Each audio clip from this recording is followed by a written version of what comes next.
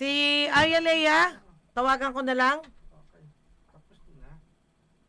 Arya Lea, standby ka ha. Ayan na.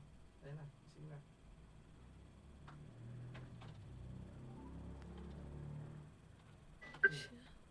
Hello Arya Lea, ibalita mo na yung Yes po, tungkol doon nandito sa... na po si Arya Lea. Pasensya na po at nagkakaroon tayo ng technical problem dito sa kinalalagyan natin.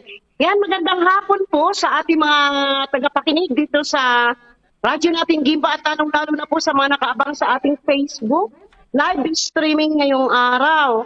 At pasintabi po sa mga nanananghalian o kumakain ngayon pong oras na ito.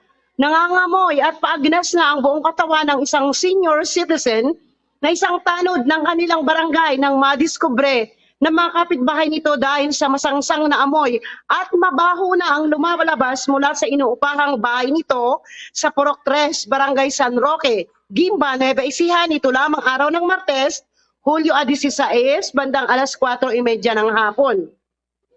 Kaagad itong inireport sa Municipal Police Station at nadiskubre na ito ay si Ginoong Hermenegildo Galvadores o mas kilala nila sa palayaw na Tatay Guido, isang 67 anyos na tanod ng Barangay San Roque. Napag-alaman natin sa kanilang punong barangay na si Kapitana Merna J. Velio kahapon na si Tatay Guido ay naging kanyang tanod kasabay ng kanyang pagkakaupo bilang isang kapitan ng Barangay San Roque, Gimba, Nueva Ecija noong nakaraang taon, 2023. Mabait umano ang matanda at lagi na lang nakaupo sa tapat ng kanilang barangay at masipag maglakad-lakad.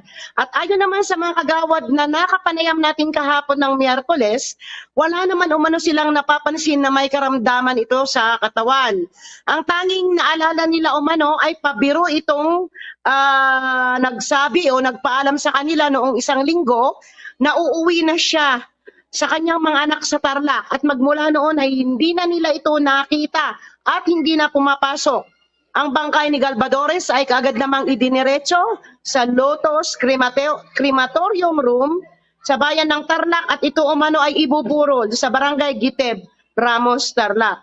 Wala pa po tayong nakukuhang established na report mula po sa PNP kasamang G, kaya hindi pa po natin alam kung ano talaga ang resulta ng pagkamatay ni Tatay Guido. So pansamantala, ito pang inyong Arya Lea para sa Balitang Lokal ng radyo nating Gimba 105.3 FM, tuloy-tuloy sa pagbabalita at serbisyo. Sama-sama tayo, Pilipino. Maraming salamat Arya Lea.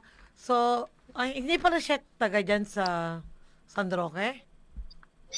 Kasi umuupa Hindi po siya. kasamang G, actually taga-Tarlac siya.